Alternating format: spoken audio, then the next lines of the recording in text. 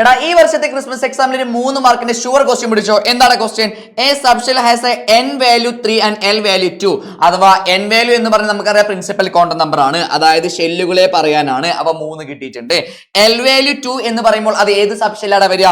നമുക്കറിയാം l is equal to 0 എന്ന് പറഞ്ഞാൽ s ആണ്, 1 എന്ന് പറഞ്ഞാൽ p ആണ്, 2 എന്ന് പറഞ്ഞാൽ d ആണ്.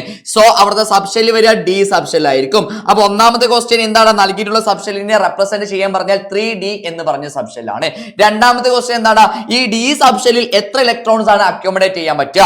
ഡി സബ്ഷെല്ലിൽ ഇലക്ട്രോൺസിന്റെ എണ്ണം ചോദിച്ചാൽ നമുക്കറിയാം 10 ഇലക്ട്രോൺസ് ആണ്. So simple question sir.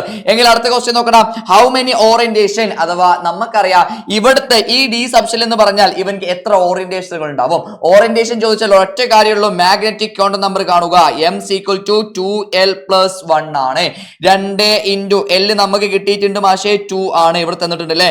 2 into 2+1 എന്ന് പറയുമ്പോൾ ഉത്തരം എത്ര കിട്ടൂടാ? 5 എന്ന് കിട്ടും. അപ്പൊ ഈ ഒരു ക്വസ്റ്റ്യൻ എന്ത് ചെയ്യാ? സെറ്റ് ആയി പഠിച്ചോളാം.